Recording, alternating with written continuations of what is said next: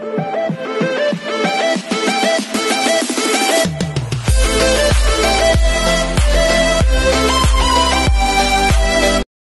everyone, this is KJM Vlogs, a Filipino reactor based in Saudi Arabia, and welcome back to my channel. Agad-agad gawa natin yung reaction video, ang performance ni Rachel Ango naman sa Metro Manila Film Festival. It's been a while na hindi ko nakitang kumanta si Rachel Ango.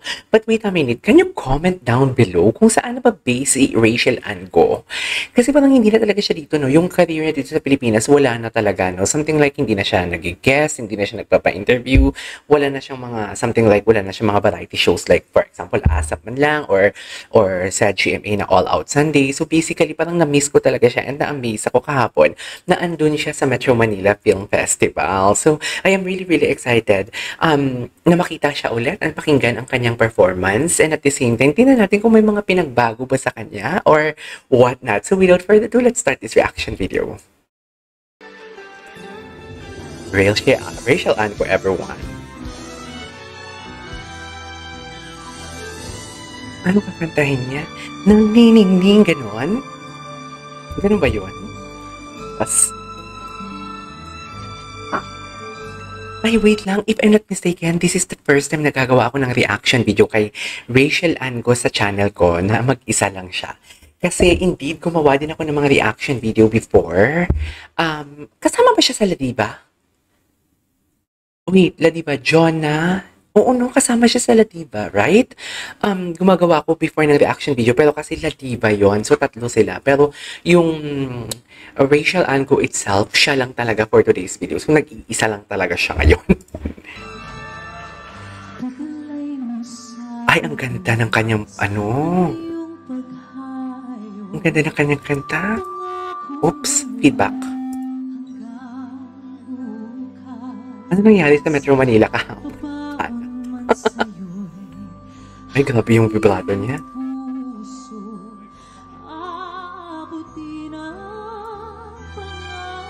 Grabe.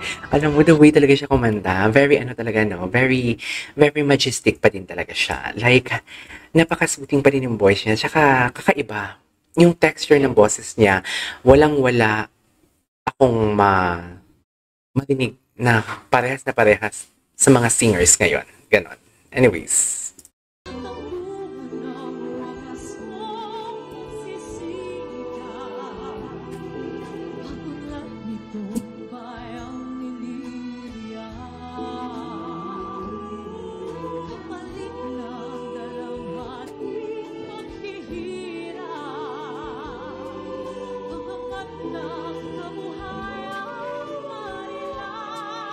Wow.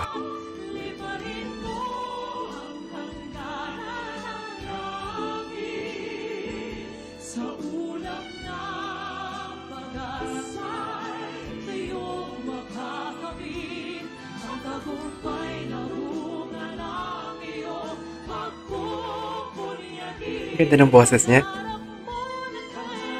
Ibang-iba talaga yung boses niya. There is something with her voice talaga na parang, I don't know. Please comment down below kung may mga kapares pa siya na boses.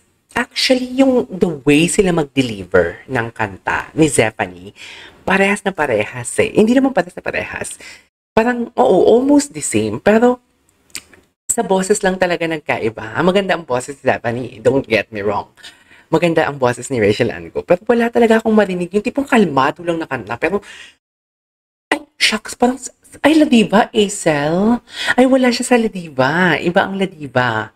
Wala siya sa Ladiba talaga, oo. Wala siya sa Ladiba. Si Rachel Ango. So, mean kasi, this is the first time talaga na gumawa ako ng reaction video sa kanya. Pero wait lang, parang Acel, the way siya kumanta. Pero sa Acel kasi mataas yung boses niya. Pero siya din, mataas din yung boses niya. Pero the way siya mag-hit talaga, very kalmado talaga.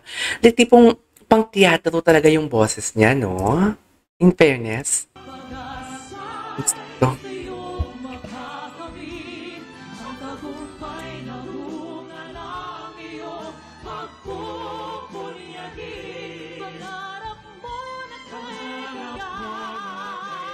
Grabe.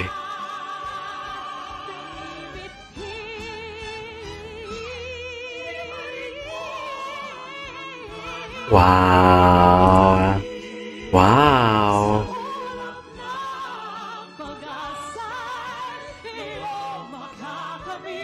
Uy,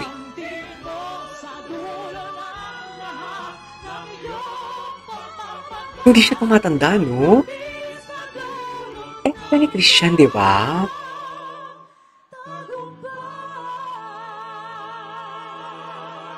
Rachel Ann Go, everyone!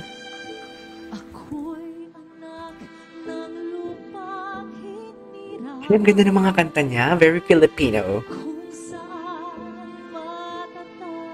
Ito ba yung ang tagumpay ng ating lahi? Tama?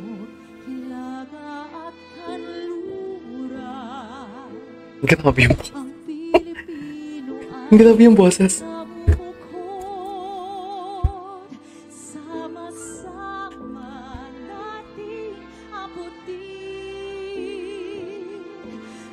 Ang linis talaga ng boses niya. Ang bituin. Ang ganda ng delivery.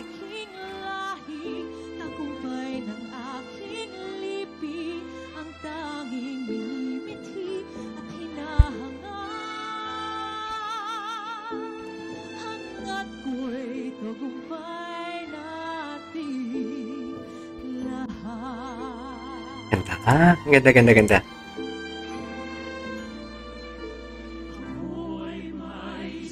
Ano yan? Madrigal?